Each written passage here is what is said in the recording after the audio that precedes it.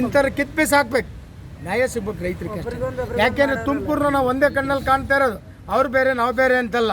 ಈಗ ತುಮಕೂರಿಗೂ ನಮಗೂ ಒಂದು ತಮಿಳ್ನಾಡು ಆಂಧ್ರ ಮಾಡ್ದಂಗೆ ಮಾಡ್ತಾನೆ ಅಂದರೆ ಮನೆ ಮರದಿ ಬೇಡ ಸ್ವಾಮಿ.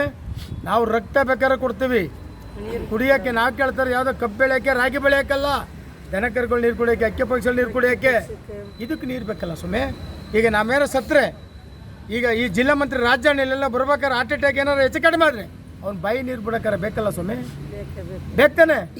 ಆ ಉದ್ದೇಶಕ್ಕೋಸ್ಕರ, ಯಾಕೆ ಕಳ್ಳರನ್ನು ಕಾಯೋಕ್ಕೋಸ್ಕರ ಯಾರು ಪೊಲೀಸರು ಮಾಡಬೇಕು, ಸರ್ಕಾರ ಮಾಡಬೇಕು, ಆ ಕೆಲಸನ ನಾವು ಕಾಯ್ತಾ ಇದ್ದೀವಿ. ರಾತ್ರಿ ಎಲ್ಲ ಕಾಯ್ತೀವಿ.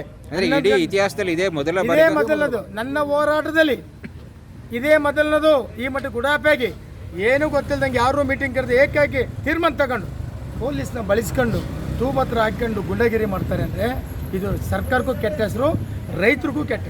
ಮುಂದಿನ ದಿನಗಳಲ್ಲಿ ಏನು ಯಾವ ಥರ ಇರುತ್ತೆ ಹೋರಾಟ? ನಮ್ಮದು ಹೋರಾಟ ಸರ್ ಈಗೆಲ್ಲ ಕರೆ ಕೊಟ್ಟಿದ್ದಿಲ್ಲ ಸರ್. ಈಗೆಲ್ಲ ರಾತ್ರಿ ಜನ ಬರ್ತಿದ್ದಾರೆ. ಸರ್ಕಾರದ ವಿರುದ್ಧನ ರಾಜಣ್ಣನ ವಿರುದ್ಧನ? ಸರ್, ರಾಜಣ್ಣ ವಿರುದ್ಧವಾಗಿ ಮತ್ತೆ ಸರ್ಕಾರ ಇಂಥ ತಪ್ಪು ಮಾಡೋರಿಗೆ ಸರ್ಕಾರ ಇನ್ಮೇಲೆ ಎಚ್ಚೆತ್ಕೋಬೇಕು. ಈಗೆಲ್ಲ ಮಂತ್ರಿ ನಮ್ಮ ರಾಜ್ಯದ ಮುಖ್ಯಮಂತ್ರಿ ಹೇಳಿದೆ ನೀರು ಬಿಟ್ಟಿಲ್ಲ ಅಂತ. ಅಂದರೆ ನಿಮಗೆ ನೀರು ಗೊತ್ತಿಲ್ಲ ಅಂತ ಇನ್ನು ಹೆಂಗ್ರಿ ಬಿಟ್ಟ ಮತ್ತೆ ರಾಜಣ್ಣ ಜಿಲ್ಲಾ ಮಂತ್ರಿ? ಇದು ನಾಚಿಕೆಡ್ತಾನೆ ಹೇಳಕ್ಕೆ, ಇದು ನಾಚಿಕೆ ಆಗುತ್ತೆ. ಹೊಂದಾಣಿಕೆ ಅಲ್ವಾ ನಿಮಗೆ? ಹಂಗೆ ರಾಜಣ್ಣದ ಉಡಾಪೆನಾ ರೀ? ಜಿಲ್ಲಾ ಮಂತ್ರಿ ಕೇವಲ 5 ವರ್ಷ, ಚಳ್ಳವಳಿದಾರರು ಸಾಯೋವರೆಗೂ ಇರ್ತಾರೆ. ನೀನು ರಾಜಣ್ಣ ಬರಲೇಬೇಕು ನಾಳೆ ಬೀದಿಗೆ ನಮ್ಮ ಹತ್ರಕ್ಕೆ. ಪಾಠ ಕಲ್ಸಕ್ಕೆ ನಾವು ತಯಾರಿದ್ದು ಸ್ವಾಮಿ. ಇನ್ಮೇಲೆ ಭಾರಿ ಎಚ್ಚರಿಕೆಗಿರ್ಬೇಕು. ನಾಳೆ ಆಗ ಅನಾಹುತಕ್ಕೆ ರಾಜಣ್ಣ ನೇರ ಹೊಣೆಗಾರ ಆಗ್ತಾನೆ. ಈಗೇನು ಪೊಲೀಸ್ ಕರ್ಕೊಂಡು ಯಾನ್ ಕರ್ಕೊಂಡು ರೈತರು ತುಂಬ್ಸಕ್ಕೆ ಬಂದಿದ್ದೀವಿ, ನಾವೇ ತಯಾರಾಗಿದ್ದೀವಿ ಮಿನಿಸ್ಟ್ರೇ. ನೀವು ತಯಾರಾಗಿ ಡೈಲಿ ಬರೋಕ್ಕೂ ತಯಾರಾಗಿದ್ದೀವಿ. ನಾಳೆ ಓಪನ್ ಮಾಡೋಕ್ಕೆ ಕೆರೆ ಕಟ್ಟೆಗೆ ನೀರು ತುಂಬಕ್ಕೂ ನಾವು ತಯಾರಾಗಿದ್ದೀವಿ.